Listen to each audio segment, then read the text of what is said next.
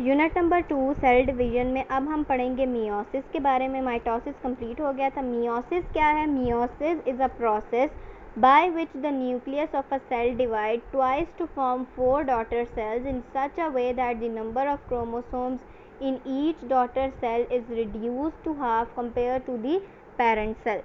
हम कह रहे हैं मियोसिस उस प्रोसेस का नाम है जिसके अंदर जो न्यूक्लियस है वो 2 दफ़ा डिवाइड करेगा और 4 डॉटर सेल्स बनेंगे और जो डॉटर सेल्स हैं उसके अंदर जो क्रोमोसोम्स प्रेजेंट है उसका नंबर हाफ होगा as compare to the parent cell.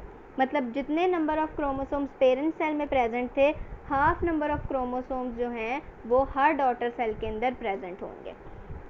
अगर अब हम डायग्राम के थ्रू समझने की कोशिश करें तो इसमें हम देखेंगे कि एक पेरेंट सेल है, उसके अंदर 4 क्रोमोटिड्स प्रेजेंट हैं। अब जब इंटरफेस के दरमियान क्योंकि डुप्लीकेशन होनी है क्रोमोसोम्स की, तो 4 क्रोमोसोम्स बन गए। अगर अब हमने, क्योंकि हमें पता है कि इंटरफेस के बाद होनी है अब न्यूक्लियर डिवीजन होगी तो जो नंबर ऑफ़ क्रोमोसोम्स होते हैं वो 2 सेट में डिवाइड हो जाते हैं। 2 सेट्स में क्रोमोसोम्स डिवाइड हो गए। अब जो है न्यूक्लियर डिवीजन हो गई और न्यूक्लियस बन गया है और हर न्यूक्लियस के अंदर 2-2 क्रोमोसोम्स प्रेजेंट हैं। न्यूक्लियर डिवीजन के बाद होगी हमारे पास साइटोप्लाज्म की डिवीजन, साइटोकाइनेसिस जिसको हम कहते हैं। साइटोकाइनेसिस होगी तो 2 अलग सेल्स बन जाएंगे। अब ये जो 2 सेल्स बने इन्होंने दोबारा से डिवाइड करना है।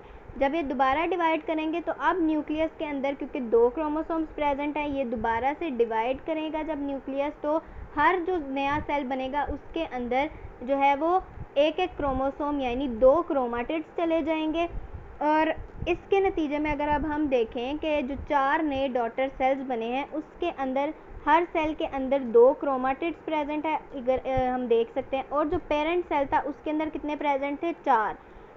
पेरेंट सेल के अंदर 4 थे और जो नए डॉटर सेल्स बने हैं उसके अंदर 2-2 क्रोमाटिड्स प्रेजेंट हैं। तो इससे हमें ये पता चलता है कि अगर मियोसिस होगी तो पेरेंट सेल के अंदर जितने नंबर ऑफ़ क्रोमोसोम्स प्रेजेंट होंगे वो हाफ हो जाएंगे डॉटर सेल के अंदर। The process of meiosis consist of 2 division, 2 दफ़ा डिवीजन हो रही है। Mitotic 1 division and meiotic 2 division. वो कह रहे हैं कि मियोटिक 1 डिवीजन और मियोटिक 2 डिवीजन, ये 2 डिवीजन्स हैं। जब पहली दफ़ा न्यूक्लियस डिवाइड किया उसको हमने मियोटिक डिवीजन 1 कहा और जब दूसरी दफ़ा जब 2 सेल्स जब बन गए थे उसके बाद जब दोबारा से न्यूक्लियस ने डिवाइड करके और 2 जो है वो डॉटर सेल्स बनाई यानी 4 डॉटर सेल्स इन टोटल जब बने तो उसको हम क्या कहेंगे? Meiotic 2 division. During meiotic 1 division, the number of chromosomes is reduced to half as compared to the parent cell. Meiotic 2 division is similar to mitosis because the half number of chromosomes is retained in the 4 daughter sales. वो कह रहे हैं कि जब meiotic 1 division होती है उसके अंदर जो नंबर ऑफ़ क्रोमोसोम होते हैं वो हाफ हो जाते हैं, ठीक है। और जब मियोटिक 2 डिवीजन जो है वो बिल्कुल माइटोसिस की तरह है। तो माइटोसिस के अंदर क्या होता है कि जितने नंबर ऑफ़ क्रोमोसोम्स प्रेजेंट होते हैं पेरेंट सेल में उतने ही क्रोमोसोम्स प्रेजेंट होंगे हमारे पास डॉटर सेल में। तो जो है मियोटिक 2 डिवीजन जब होगी तो नंबर ऑफ़ क्रोमोसोम्स सेम रहेंगे। अब हम देखेंगे differences between mitosis and meiosis. Mitosis क्या है? During mitosis 2 daughter cells are formed from the parent cell. Mitosis के दरमियान हमें पता है कि जब माइटोसिस होगी तो 2 डॉटर सेल्स बन जाते हैं एक पेरेंट सेल से। During meiosis 4 daughter cells are formed from 1 parent cell और मियोसिस के दौरान 4 डॉटर सेल्स बनते हैं एक पेरेंट सेल से।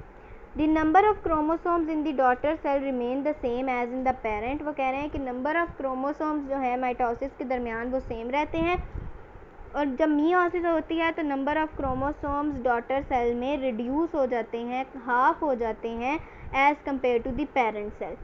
अब mitosis occur in the general body cells और meiosis occurs to produce the gametes, sperm and egg in the animal और स्पोर्स इन द प्लांट्स। वो कह रहे हैं माइटोसिस जो है वो बॉडी के अंदर जो नॉर्मल जो सेल डिवीजन हो रही है वो माइटोसिस हो रही है, लेकिन जब गैमीट्स प्रोड्यूस होने हैं यानी स्पर्म और एग वगैरह बनना है तो उसके लिए बॉडी के अंदर मियोसिस होती है। अब हम पढ़ेंगे heredity. During reproduction living things pass on their characteristic to their offsprings. वो कह रहे हैं कि रिप्रोडक्शन के दरमियान जो है लिविंग थिंग्स अपने कैरेक्टरिस्टिक्स को अपने जो चिल्ड्रन हैं उन तक ट्रांसफ़र करते हैं. This is the reason that the babies look like there parents. वो कह रहे हैं ये वो रीज़न है कि जो बेबीज़ हैं वो अपने पेरेंट्स से रिजेंबल कर रहे होते हैं. Plants grown from the seed resemble there parent plant. वो कह रहे हैं वो प्लांट जो कि एक सीड से जो है वो प्रोड्यूस होता है, ग्रो होता है, वो बिल्कुल उसी तरह होता है जिस तरह उसका एक पेरेंट प्लांट होता है. The transmission of characteristic from the parents to the offsprings is called the heredity. वो कह रहे हैं कि ये कैरेक्टरिस्टिक्स का पेरेंट से ऑफस्प्रिंग में पास होना, इसका ट्रांसमिट होना, इसको हम कहते हैं heredity.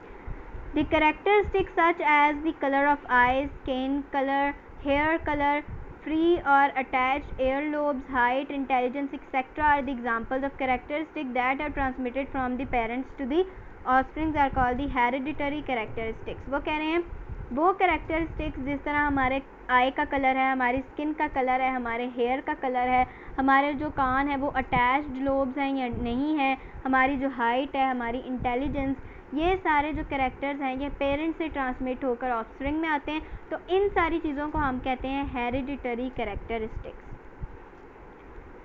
We know that children possess many features similar to those of their parents. वो कह रहे हैं कि हमें पता है कि जो चिल्ड्रन है उसके अंदर बहुत सारे फीचर्स जो हैं वो उनके पेरेंट्स जैसे होते हैं. But they also differ from their parents in certain respect. लेकिन वो कुछ तरह से अपने पेरेंट्स से डिफरेंट भी होते हैं.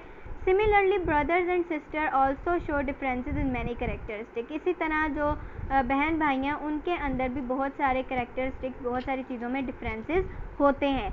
Differences among the member of a family और अ स्पीशीज़ कॉल्ड द वेरिएशन. वो कह रहे हैं कि जो वो डिफरेंसेस या डिफरेंसेस जो कि एक फैमिली के अंदर या एक स्पीशी के अंदर पाए जाएं उन्हें हम कहते हैं वेरिएशन.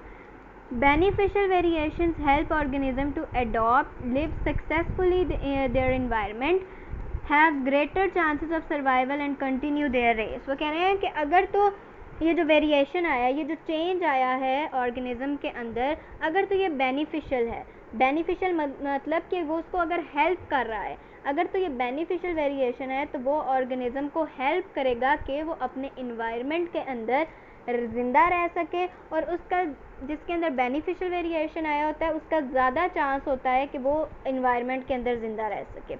फॉर एग्ज़ाम्पल अगर एक एनिमल है जो कि एक ठंडे इलाके में रह रहा है, उसको ज़ाहिरी बात है उसको ज़रूरत होगी अपनी बॉडी को वार्म करने के लिए, उसको ज़रूरत होगी फ़र की.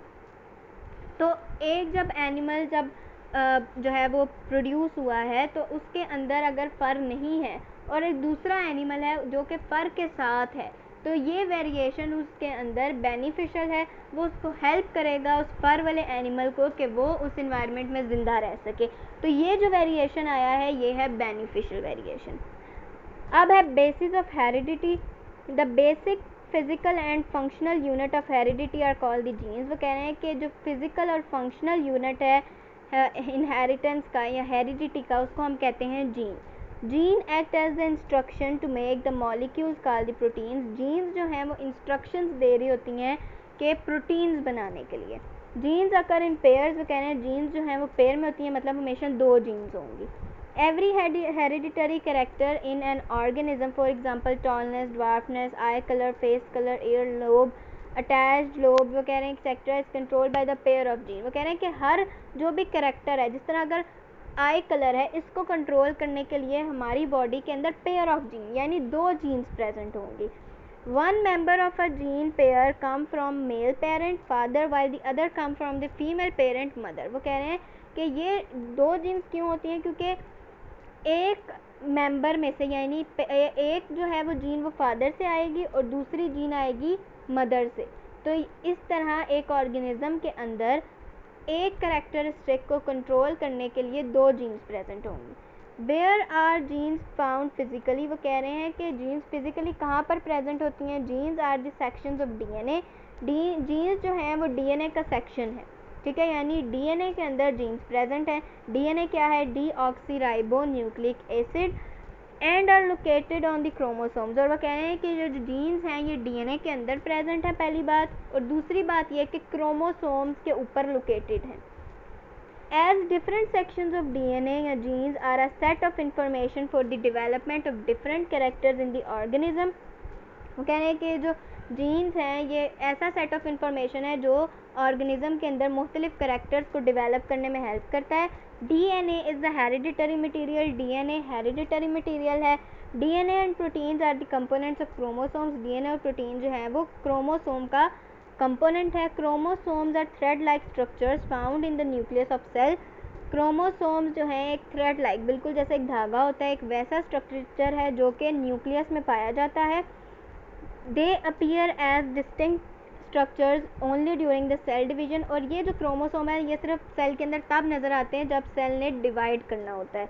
A typical chromosome consist of 2 arms called the chromatids. एक क्रोमोसोम के अंदर 2 आर्म्स होती हैं जिसको हम क्या कहते हैं, क्रोमाटिड कहते हैं, which are attach to same part called the centromere. और वो कह रहे हैं कि ये जो जो आर्म्स हैं ये अटैच होती हैं एक दूसरे के साथ सेंट्रोमियर पर। अगर हम देखें तो ये एक क्रोमोसोम है, ठीक है, और इस क्रोमोसोम के अंदर उन्होंने क्या शो किया, ये 2 इसकी आर्म्स हैं और ये कहाँ पर अटैच हैं, एक दूसरे के साथ सेंट्रोमियर पर, ठीक है। The relationship between the cell nucleus, chromosome, gene and DNA is shown in figure। वो कह रहे हैं कि जो भी रिलेशन है इन सारी चीज़ों में वो इस डायग्राम में हमें दिखाया गया है। सबसे पहले न्यूक्लियस है, न्यूक्लियस के अंदर क्रोमोसोम्स प्रेजेंट है। क्रोमोसोम के आगे से 2 आर्म्स हैं जिनको हम क्रोमाटिड्स कहते हैं और दोनों एक दूसरे के साथ अटैच होती हैं सेंट्रोमियर पर। अब इस जो क्रोमोसोम है उसके ऊपर जीन्स प्रेजेंट हैं और इस क्रोमोसोम को हम, ये पूरा जिसके ऊपर जीन्स प्रेजेंट है इसको हम DNA कहते हैं, जो कि सेल के अंदर प्रेजेंट है, सेल के न्यूक्लियस के अंदर प्रेजेंट है।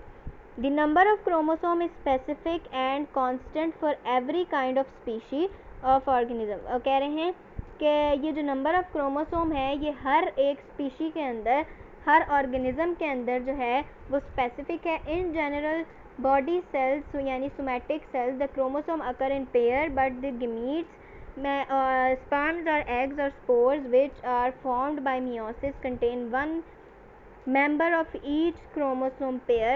For example, in men every somatic cell has 46 chromosomes in the form of 23 pair but every sperm cell has 23 chromosomes। वो कह रहे हैं कि एक जो सिंपल सेल है बॉडी का, सोमैटिक सेल, उसके अंदर जो हैं जो गैमीट्स, जो क्रोमोसोम्स प्रेजेंट हैं वो पेयर की फॉर्म में प्रेजेंट होंगे। जिस तरह एक जो ह्यूमन के अंदर एक जो सोमैटिक सेल है उसके अंदर 46 क्रोमोसोम्स प्रेजेंट हैं, या हम इस तरह से कह सकते हैं कि 23 पेयर ऑफ क्रोमोसोम्स हैं।